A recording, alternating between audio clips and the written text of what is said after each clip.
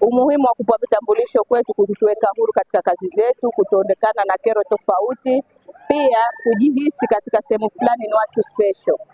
Jengine pia inaweza kutusaidia tukawa intention katika kazi zetu au katika fukwe letu, kulinda utalii pia na kuweza kusonga mbele katika utalii wetu. Jengine pia, swala jingine pia katika uwezeshaji pia inaweza kutuwekeza katika sehemu zetu zikawa zaidi bora, kwa sababu kipengele cha fedha kuweka mazingira bora katika kazi zetu ni kipengele sana, kwa sababu hali zetu ni duni, na ndio maana tukaitwa wajasiriamali wadogo wadogo. Lakini tulipopata uwezeshaji pia tulijisikia furaha, tunaweza kufanya kitu chochote kile cha maendeleo na kuweza kujikidhi wenyewe na kuweza kutoa ajira wenyewe na kuweza kutoa elimu kwa wale watu ambao bado hawajapata ajira na kuweza kujiajiri wenyewe wao. Vitambulisho vikija, faida yake itakuwa ni nyingi. Mojawapo itakuwa ni fursa ambayo itakuwa tayari nimeipata kufanya kazi katika fukwe, alafu vile vile kupata uhuru. Kwani kama sina kitambulisho itakuwa sina uhuru wa kufanya kazi zangu, lakini vile vile kuondosha mrundikano wa watu ambao hawahusiki.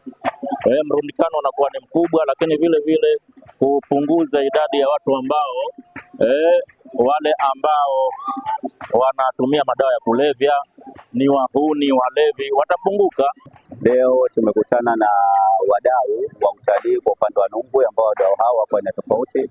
Wapo watembeza wageni, wapo wachuaji, wapo wasusi, wapo wanafanya mazoezi na watu aina tofauti. Lengo letu hasa ni kuangalia changamoto ambazo wamekutana nazo na hatua gani ambayo sisi tumefikia katika kuwasaidia. Na alhamdulillah imemalizika salama na imemalizika kwa kupokea maoni tofauti, na pamoja na hatua ambayo waliopendekeza sisi tuendelee ili kuweza kuweka utalii wetu uendelevu na uwe rafiki kwa pande zote mbili. Kila kitu kuna umuhimu wa kuwatambua kwanza, na kama utakumbuka katika kampeni Mheshimiwa Rais wa Zanzibar, mwenyekiti wa Baraza la Mapinduzi, wakati akitangaza sera alitupa agizo la kuwasajili hao wote, kuweza kuwatoa katika ile dhana ya kuwaita beach boys na kuwaweka kama ni watalii, kama ni wadau wa utalii ambao wanatakiwa wafaidike na sekta hii. Kwa hiyo kuna umuhimu wa kuwasajili.